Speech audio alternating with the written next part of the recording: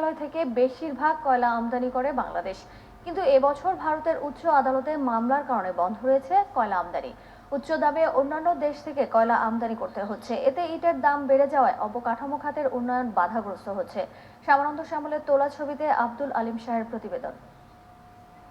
সারা দেশে প্রায় 30,000 ইটভাটা চাহিদা অনুযায়ী ইট উৎপাদন ও বিপণন করে থাকে, কিন্তু কয়লা সংকটের কারণে এবছর লাগামহীন বেড়ে গেছে ইটের দাম। এতে বাধাগ্রস্ত হচ্ছে অবকাঠামো উন্নয়নের কাজ।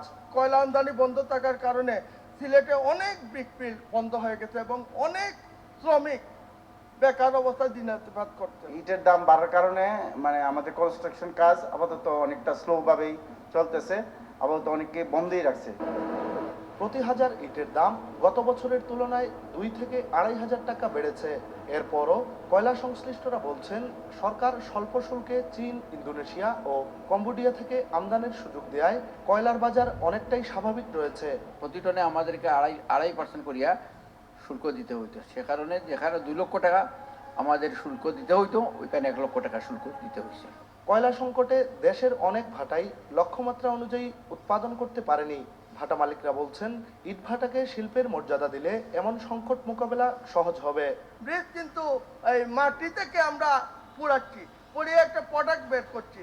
এটা কিন্তু আমাদের একটা যুক্তিযুক্ত আমি মনে করতেছি, আমাদের যে দাবিটা।